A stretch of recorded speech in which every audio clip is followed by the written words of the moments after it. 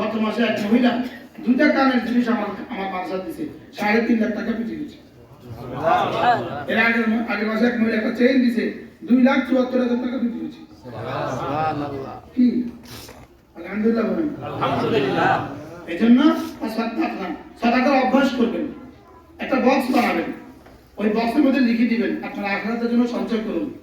প্রতিদিন আমার বালিকা মাদ্রাসা একজন মহিলা আমেরিকা থেকে তিনি প্রায় 6 লাখ টাকা দিচ্ছে এ পর্যন্ত।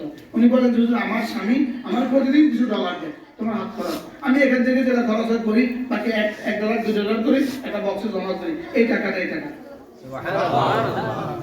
কি আমেরিকা থেকে দিচ্ছে। এই জন্য আপনি একটু কিছু জমা করবেন, নিজের হাত খরচ থেকে একটু জমা করবেন।